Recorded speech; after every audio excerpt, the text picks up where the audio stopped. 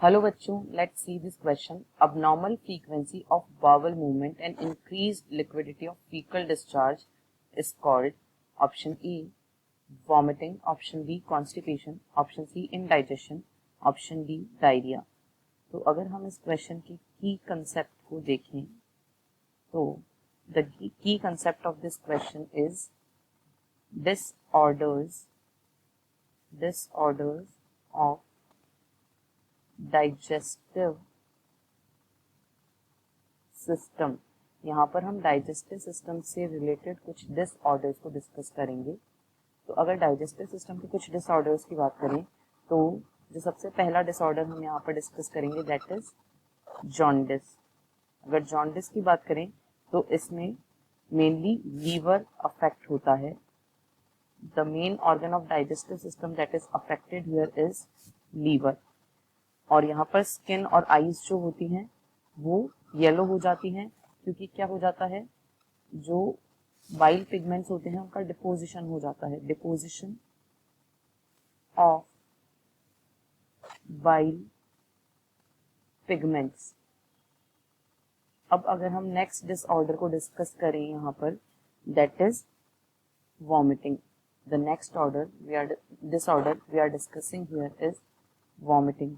Vomiting में क्या होता है, जो it is basically what it is ejection of stomach contents. Stomach के जो कंटेंट्स होते हैं उनका इजेक्शन होना. और ये इजेक्शन होता कहाँ से है, माउथ से.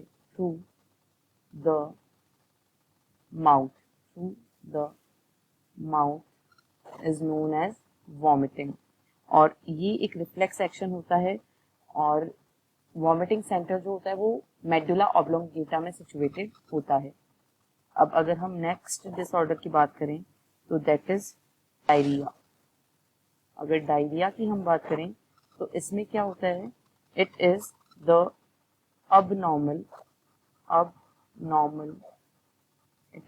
abnormal frequency of bowel movements. यानी जो फ्रीक्वेंसी नॉर्मली होती है वो अबनॉर्मल हो जाती है. एंड इसकी वजह से क्या होता है, जो फीकल मैटर होता है इसकी फ्लूइडिटी इंक्रीज हो जाती है. एंड इंक्रीज्ड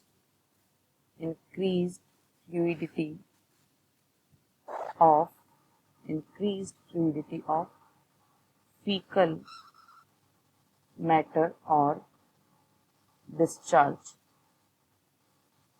इसी सिचुएशन को डायरिया के नाम से जाना जाता है. और इस कंडीशन में क्या होता है, जो फूड का एब्जॉर्प्शन है वो कम हो जाता है.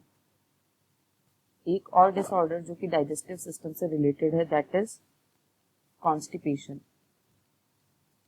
If it discuss about constipation, what is constipation. Constipation में होता क्या है, जो फीसेस होता है, जो वेस्ट मटेरियल होता है, the faeces are retained in this condition. The feces are retained within the colon. जो feces हैं वो colon के अंदर ही रह जाते हैं, within the colon. और ऐसा होता क्यों है, due to irregular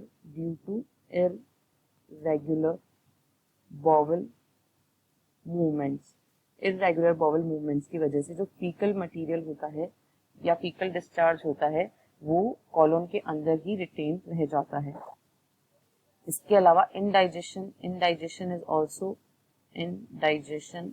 is also a disorder related to the digestive system. इस कंडीशन में फूड जो है वो प्रॉपरली डाइजेस्ट नहीं हो पाता है. Food is not digested properly.